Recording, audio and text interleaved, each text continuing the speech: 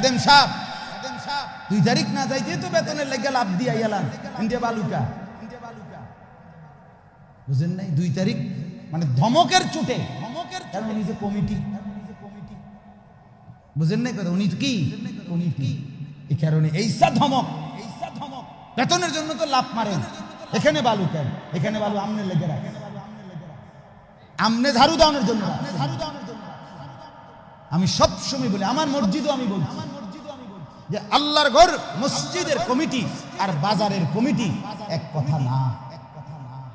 আল্লাহর ঘরের কমিটি এটা শুধুই ইন্তেজামের জন্য, কাজের সুবিধার্থে একটু ভাগ করা, বাকি নয়তো আমরা সকলেই আল্লাহর ঘরের খাদেম, সবাই ঘরের সেবক।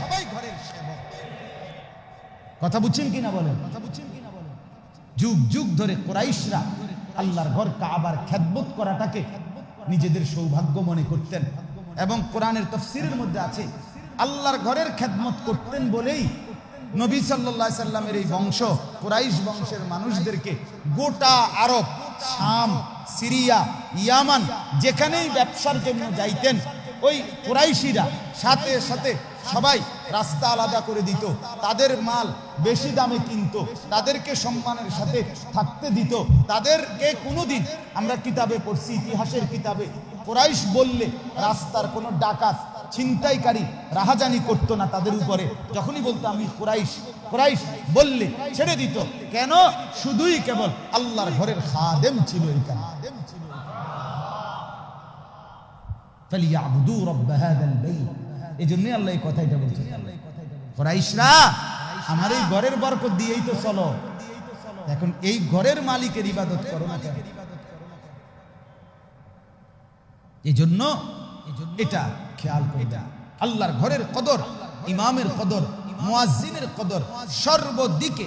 আপনার মসজিদের ওই জুতার বাক্সের যেই বালু, বিশ্বাস করেন এই বালুর মর্যাদা আপনার ঘরের সমস্ত ফার্নিচারের চাইতে বেশি, আপনার ঘরের কোটি টাকার টাইলসের চাইতে বেশি। আমাদের যাত্রাবাড়ির হযরত দামাত বারাকাতুহুম যাত্রাবাড়ির শায়েখের নাম শুনছেন? আল্লামা মাহমুদুল হাসান সাহেব, বাংলাদেশের মুরব্বী। যাত্রাবাড়ির হযরত বলেন যে ভাই বলেন তো, হযরতের এটা বয়ান, হযরত বলেন ভাই বলেন আপনার খাটে আপনি বিছনার চাদর বিছাইছেন সুন্দর করে, এইখানে একজন লোক তার জুতাটা এভাবে নিয়ে মনে করেন খাটের এই মাথা থেকে ওই মাথা আসা যাওয়া করে, আপনার কাছে খুব ভালো লাগবে তো? কথা বলেন না কেন? আপনি এটা পছন্দ করবেন তো? হযরত বলেন আল্লাহর ঘরের মেঝে এটা, আল্লাহর ঘর এটা, মসজিদ এটা কার ঘর? আল্লাহর ঘর। ওইখান থেকে যে আপনি পানি ফোঁটা ফোঁটা পড়া, ভিজা ময়লা যুক্ত এই জুতাটা আপনি একবারে মাথাত আলগি দিয়ে, কথা বুঝেন নাই? আপনি মসজিদের আদবের দিকে খেয়াল করেন।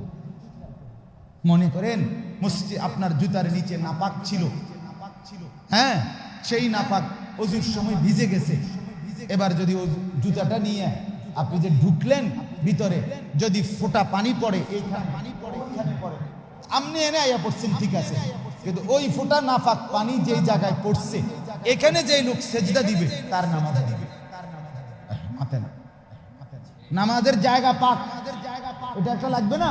তো এবারের জায়গাটা তো কি হয়েছে, ওনার নামাজ হবে না, ওনার নামাজ হবে না।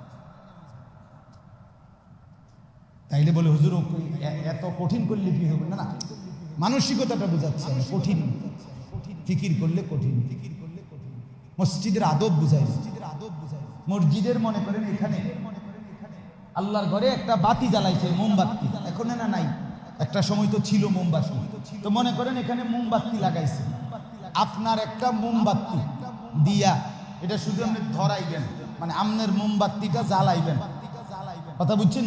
তো এই মোমবাতির কোনো কাঠিও গেছে না, আর এই মোমবাতির কোনো ক্ষতি হয়েছে না, এটা তো এটা তালে চলে জ্বলতেছে, আমি শুধু একটু কি নিছি।